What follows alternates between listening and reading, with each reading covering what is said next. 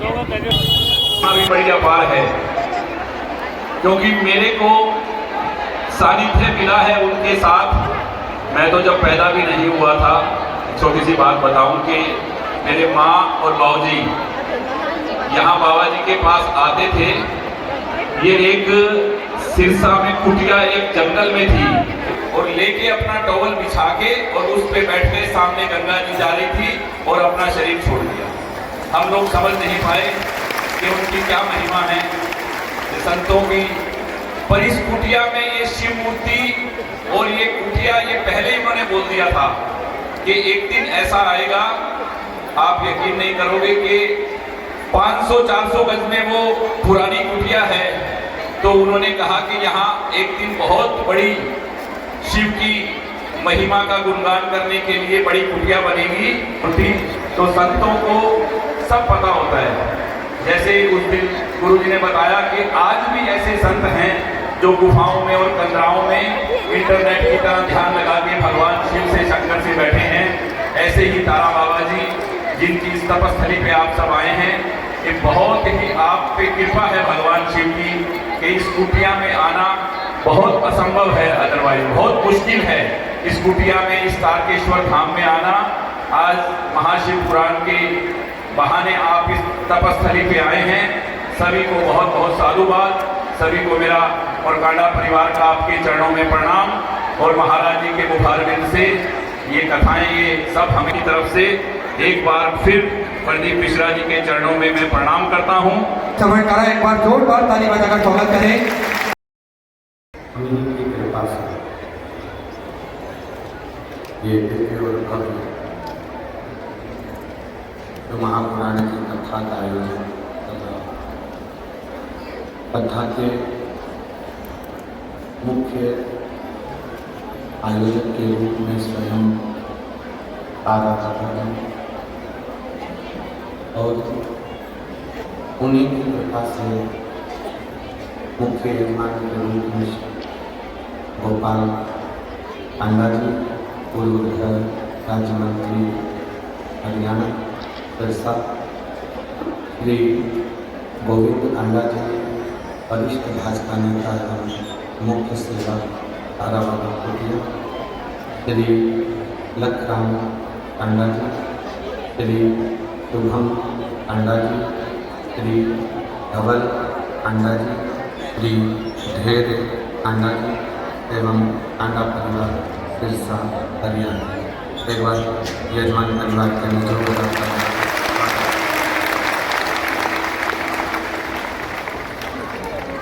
इन्होंने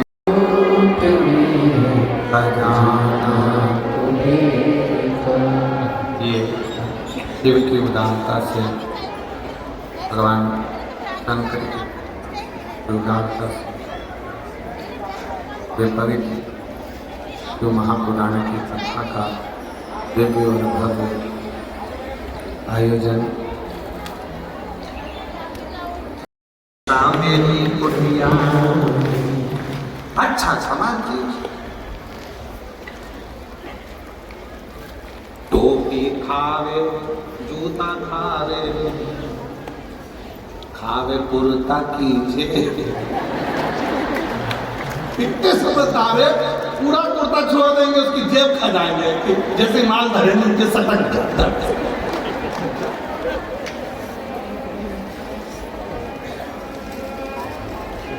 खावे कुर्ता कीजिए, गजानंद मेरी कुटिया, तेरो चूहा करत क्रोमा, गजानंद मेरी कुटिया।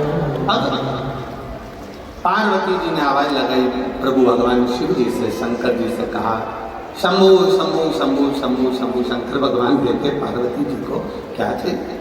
पार्वती जी बोली, गणेश को लड्डू दे दो ऊपर से। ऊपर लड्डू रखे हैं, दे दिए। शंकर भगवान ने इतना बड़ा डला जो लड्डू का था उठा लिया। जरा विचार करिएगा, जो त्रिशूल डमरू संसार का वजन उठा सकता है, वो लड्डू का टोकला नहीं उठा सकता। जो डला उठाया लड्डू का भड़ पार्वती जी बोली लड्डू नहीं संभला। गणेश जी आके बोले पिताजी तुमने पूरे लड्डू जमीन पे गिरा। गणेश जी महाराज के शब्द सुनकर शंकर जी बोले बेटा आज नहीं गिराता तो रोज उठा के देना पड़ेगा।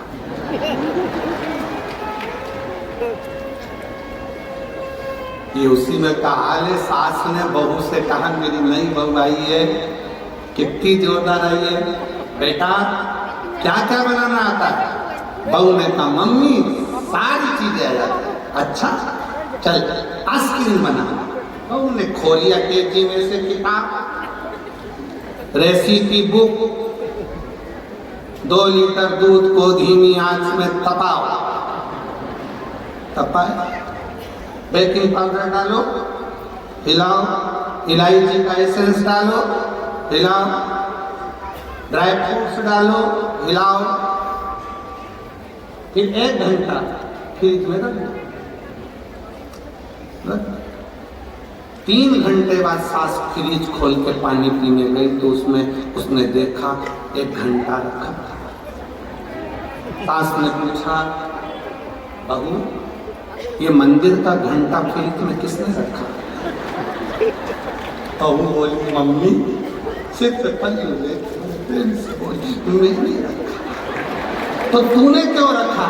बुक में लिखा था 1 घंटा फ्रिज में रखो।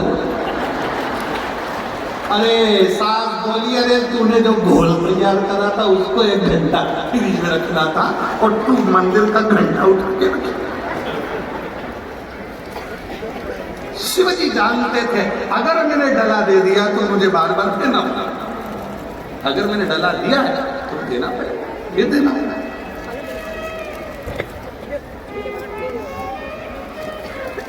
बहू में बहुत समझदार होता ना, सास के लिए पानी भर के ला जा, मटका लेके गई। उसने सोचा पानी भर के लाऊंगी और सास को रोज पानी भरवाएगी, तो उसने क्या करा मटके के मुंह बांध दिया रस्सी में, दिया कुएं के अंदर, मटका पूरा टूट गया, मुंह बाहर आ गया।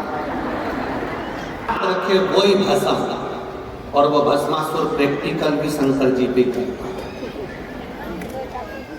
तो भी शंकर भगवान को दुख नहीं होता। भागते भागते शंकर भगवान हंसते, खूब हंसते। भगवान विष्णु ने पूछा प्रभु क्यों हंस रहे? कि मैंने भस्मासुर को आशीर्वाद दे दिया कि जिसपे आप रखेगा वही भस्म। तो भगवान विष्णु ने पूछा ये रोने की बात है कि हंसने की? शंकर भगवान बोले रोने से काम क्या होगा, इसलिए हंस लूं तो अच्छा, मुस्कुरा।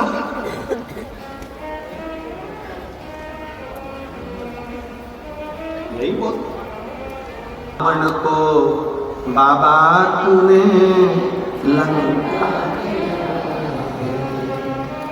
भस्मासुर को तूने कंकण दिया, उसी ने तेरा पीछा किया भोले बाबा, उसी ने तेरा पीछा किया भोले बाबा।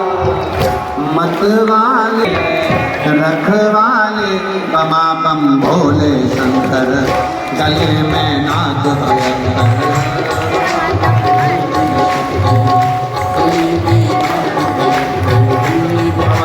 भोले शंकर, गले में नाग भयंकर। हरि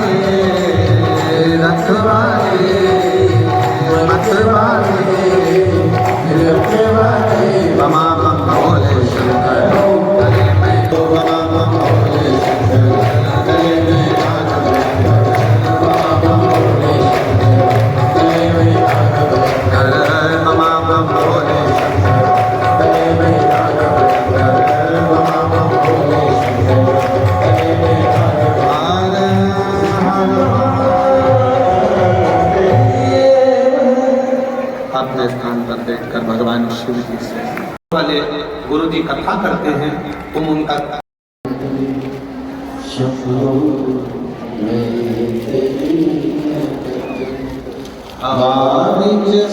उड़ती रवानी बाबा।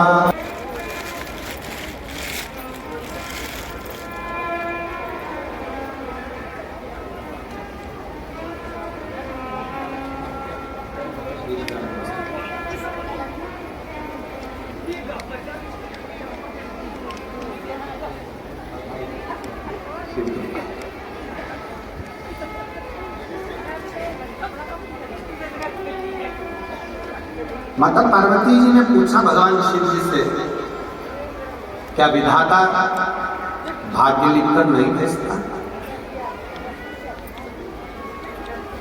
शिव महापुराण की कथा कहती है, शंकर भगवान पार्वती जी से कहते हैं, खांसी हमें चली है तो हमें खांसना है, छींक हमें आई है तो हमें छींकना है, सिर हमारा दुखा है तो गोली भी हमको खाना है, पेट में दर्द हमारे हुआ है तो दवाई भी हमको लेना है।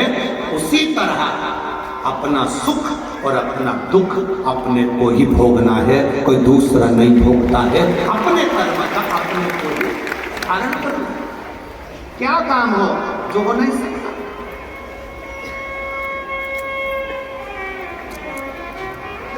देवताओं ने अमृत पिया, 33 कोटि देवता अमृत के हकदार बने और शंकर भगवान के लिए केवल विष का कटोरा सामने लाकर रख दिया।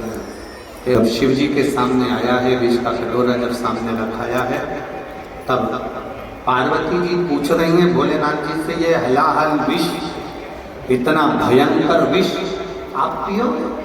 शंकर भगवान कहते हैं, पार्वती मैं अकेला विष नहीं पीने वाला, ये मत सोच कि मैं विष पीऊंगी, अकेला नहीं पी सकता। पार्वती, इस विष को मैं और तुम दोनों धारण करेंगे, क्योंकि शिव और शक्ति दोनों मिल जाते हैं तो दुख कितना भी बड़ा हो वो अपने आप कटता चलेगा, अपने आप। शिव और शक्ति का जो मिलन होता है, का जो मिलन होता है, शिव शक्ति के मिलन से वो दुख कटता चले जाता है, तकलीफ कटती चली जाती है, वो दुख समाप्त होता चले जाता है। थोड़ा मीठा मिलन होगा, शिव शक्ति दोनों मिलेंगे तो दुख कटता जाता। आपको मालूम है शिव जी के मंदिर में दीप क्यों लगाया जाता है? जम के बोलो जरा, किसी को ज्ञात है? शंकर जी के मंदिर में दीप क्यों लगाया जाता है? दिया क्यों जलाता है? किस लिए जलाते हैं? मंदिर में अंधेरा है, प्रकाश करने के लिए दीप जलाते हैं क्या? जम के बोलो। मंदिर में तुम्हारे दीपक की जरूरत है भगवान को, क्या इसलिए दीप जलाते हैं? नहीं, मंदिर में दीप जलाने का कारण केवल एक होता है, हम दीप इसलिए प्रज्वलित करते हैं कि बाबा तेरे दरवाजे से मुझे बहुत आस लगी है और आस का दीप जलाकर जा रही हूँ। जैसे यहाँ प्रकाश हुआ है वैसा ही मेरी जिंदगी में प्रकाश होगा, ये मेरी विश्वास है। देगा जरूर, शंकर हमें प्राप्त जरूर होंगे और शंकर हमें मिलेंगे जरूर, और मेरा दुख, मेरी तकलीफ, मेरा कष्ट शंकर काटेंगे, काटेंगे।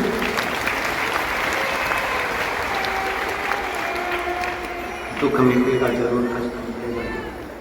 एक विश्वास शिव के प्रति जागृत करिए, एक विश्वास शंकर भगवान के प्रति जागृत करिए, भरोसा जागृत। शिव पुराण कहती है, भगवान शंकर कहते हैं, पार्वती तुम कह रही हो कि कर्म और भाग्य दोनों ही प्रबल हैं, और उसमें सबसे ज्यादा प्रबल है आपका कर्म, आपका कर्म। पत्ती और ये दो छोटी पत्ती के मध्य में जो डंडी का भाग है, उस डंडी के भाग में पीला चंदन और एक छत्तीला। शंकर भगवान को किसी भी प्रदोष के दिन आप अगर प्रदोष काल में समर्पित कर रहे हैं तो ये निश्चित है कि धीरे धीरे कर कर वो दुख समाप्त होगा।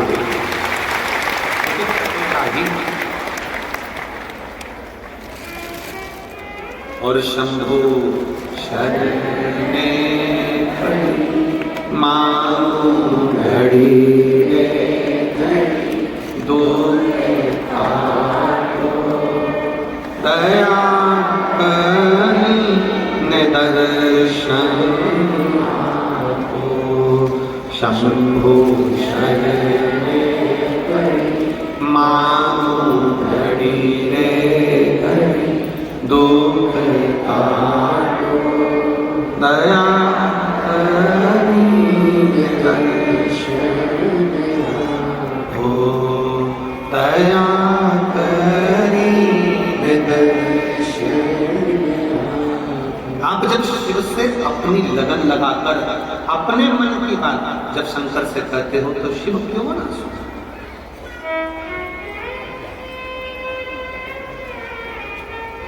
शंभो बाबा से निराला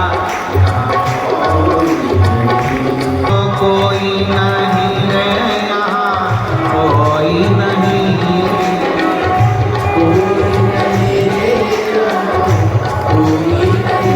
हो, कोई नहीं है यहाँ, कोई नहीं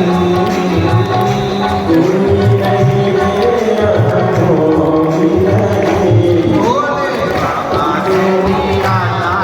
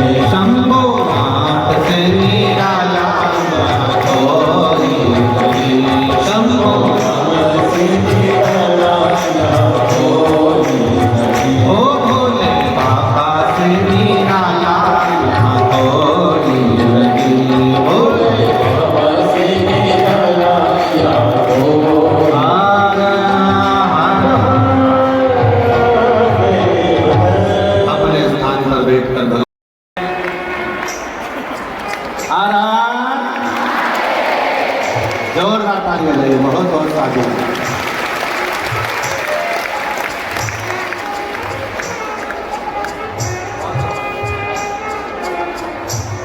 और तेरा ही दिया मैंने खाया पिया है, तेरा शुक्रिया, तेरा शुक्रिया, मुझे भोले बाबा बहुत दे दिया है, तेरा शुक्रिया, तेरा शुक्रिया।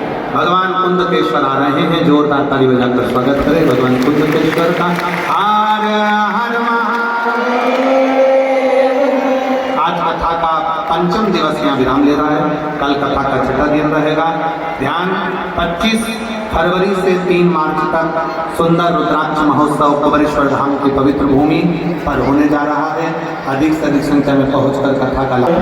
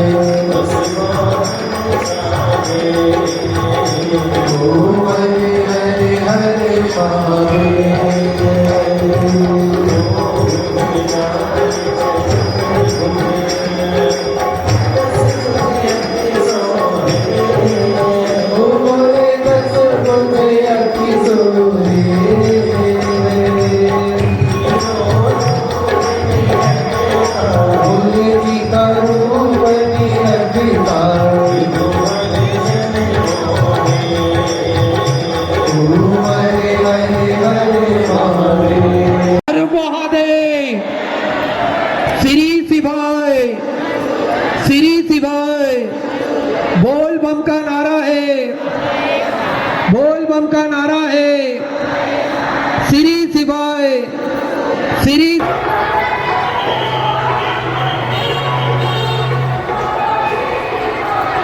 बाला चमार खेड़े से है, उनके साथी उनका इंतजार कर रहे हैं। हाथी गेट के पास